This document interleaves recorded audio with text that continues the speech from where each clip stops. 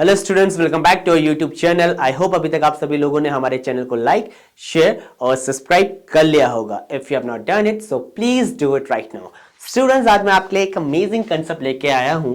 हमारे पास कई बार क्या होता है, सॉल्यूशन में या क्वेश्चन में हमें कुछ ऐसी वैल्यूज मिल जाती हैं जिनका स्क्वायर रूट हम कैलकुलेट नहीं कर सकते, या इनडायरेक्टली कहूं वो परफेक्ट स्क्वायर्स नहीं होते। तो हम उनको कैसे फाइंड आउट करें, उनका स्क्वायर रूट, या उन्हें कैसे कन्वर्ट करें स्क्वायर रूट में, ये सबसे ज्यादा इंपॉर्टेंट स्टेप यहां पे हो जाता है। तो सबसे बेसिक मेथड आपको यहां पे सिखाऊंगा बच्चों। तो आपको क्या देखना है, √32। आप खाली ये देखिए, √32 को क्या आप किसी परफेक्ट स्क्वायर में ब्रेक कर सकते हो?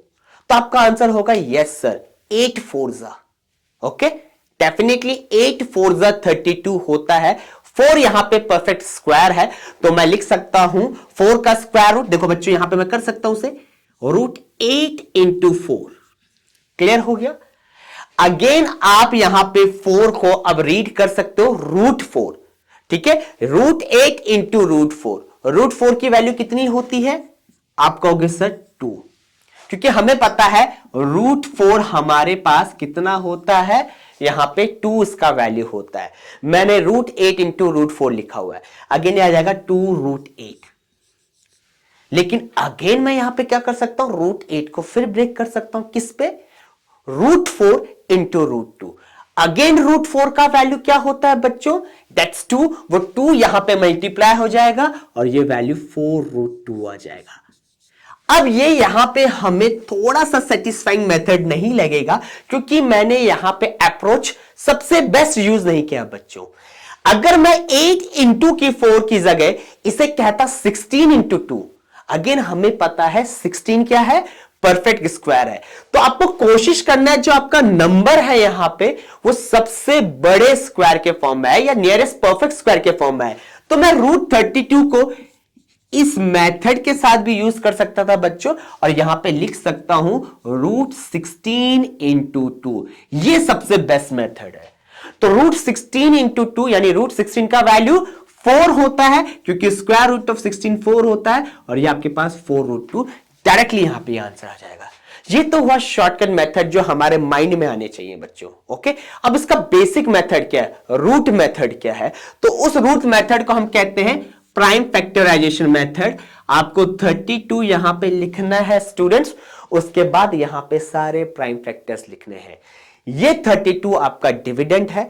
यहां पे आप इस 32 को सबसे छोटे प्राइम नंबर से डिवाइड करोगे जिससे जा सकता है, जो कि यहां पे 2 है। क्वेश्चन यहां पे ऑब्टेन करोगे।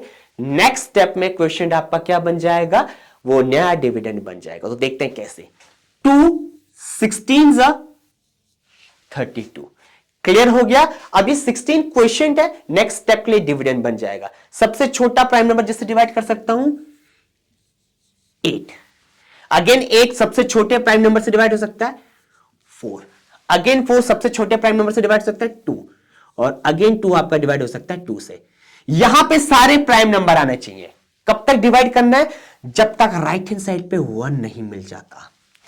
क्लियर हो गया? अब मैं 32 को लिख सकता हूं 2 × 2 × 2 × 2 × 2 1 2 3 4 5। अब आपको बच्चों पेयर बनाने हैं। क्लियर हो गया? पेयर कितना बनता है बच्चों? जोड़ों का। जैसे हम कहते हैं pair of socks, pair of shoes. तो आपको जोड़े लेने, ठीक है? तो पहला पेयर यह बन गया, दूसरा पेयर यह बन गया। अब ये 2 का आपके पास कोई पेयर नहीं बन रहा, तो इसका आंसर क्या हो जाएगा आपके पास बच्चों?